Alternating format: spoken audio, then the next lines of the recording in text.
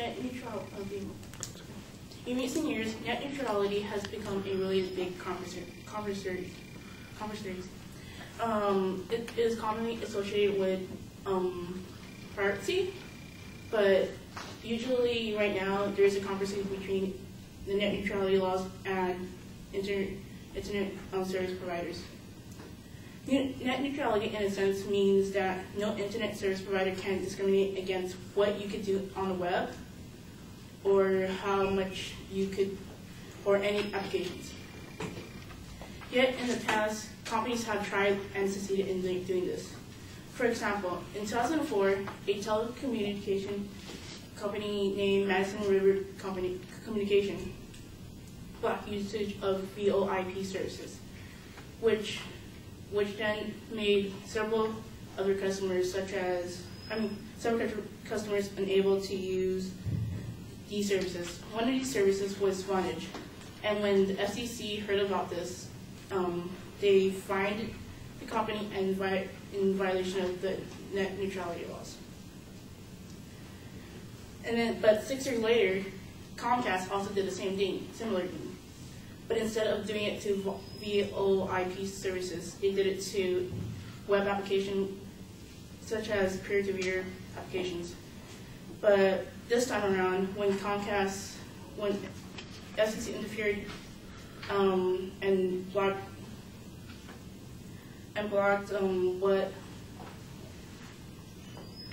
this time around when the FCC intervened, they blocked Comcast from doing this, but Comcast later on would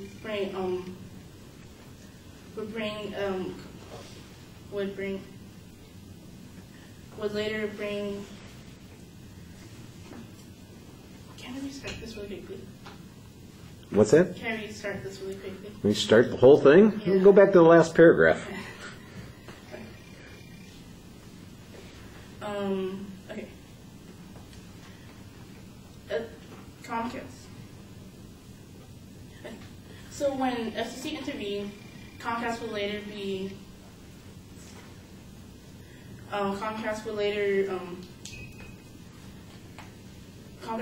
FCC to Court of Appeals, and during this event, Comcast won the appeal because the court stated that the FCC did not have the power to do this. So in return, the FCC would later create new net neutrality laws to prevent this from happening again. But currently, there are events of these still happening. So my proposal is that my proposition is that although the FCC has net neutrality laws in place, many internet service providers would want to abolish these rules in order for them to regulate what customers can do and how much they could use the internet. So firstly, many internet service providers want to be able to charge you based on what you use. So right now, Netflix and Comcast has this issue where if you use Netflix on a Comcast internet, your bandwidth would be charged. But if you use a rival service such as Xfinity, you would not be charged on this or measured on this cap that they have for your customers. So what this makes is that they are basically discriminating against certain applications that are used through the web. Secondly, since there aren't that much internet service providers available for many users to use, this creates less competition for them to compete against each other.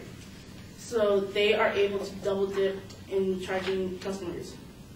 So what this makes is that if you were to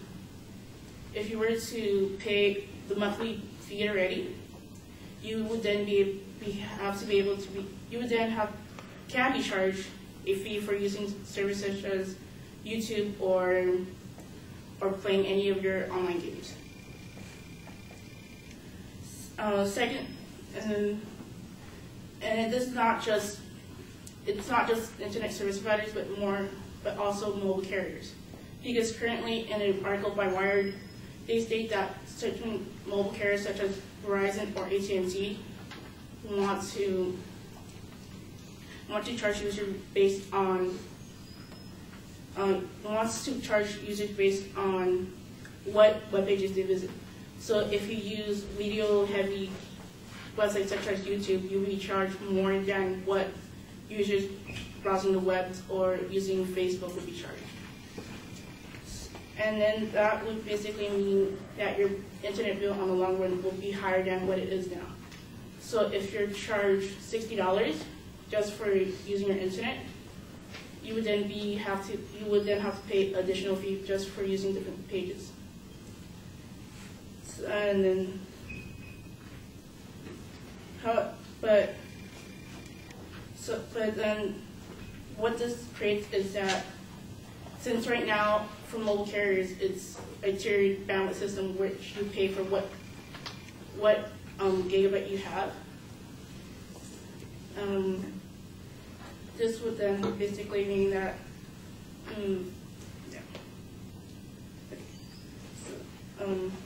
internet. What else? And lastly, internet service provider wants power to regulate what you can view or can't view on the internet.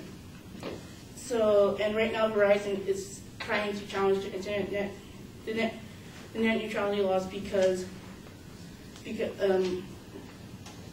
Verizon right now is trying to regulate the internet, but right now they're bringing up the net neutrality laws in a brief against the courts. What this does is that if they are able to overturn the net neutrality laws, they would be able to discriminate against certain companies. So if they partner with Microsoft and you want to use Google, they could potentially block you from using Google, and instead they redirect you back to Microsoft's services such as Bing. And in this case, in which Verizon is trying to overturn the net neutrality laws, they're using the First Amendment and the Second Amendment. But overall, if the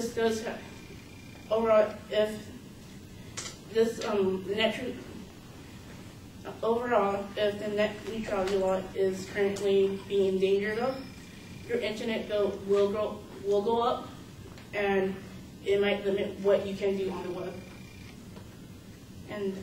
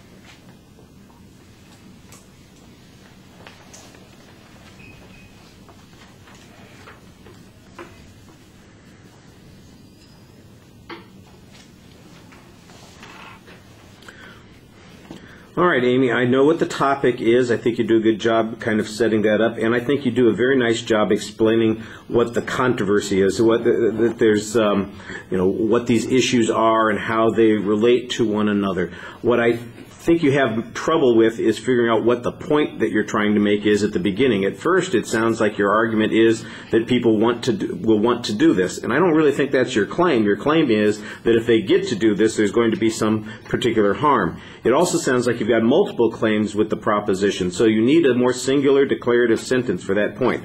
I think that you had a clearer claim of what your argument was at the end of the speech than you had at the beginning of the speech, and that's probably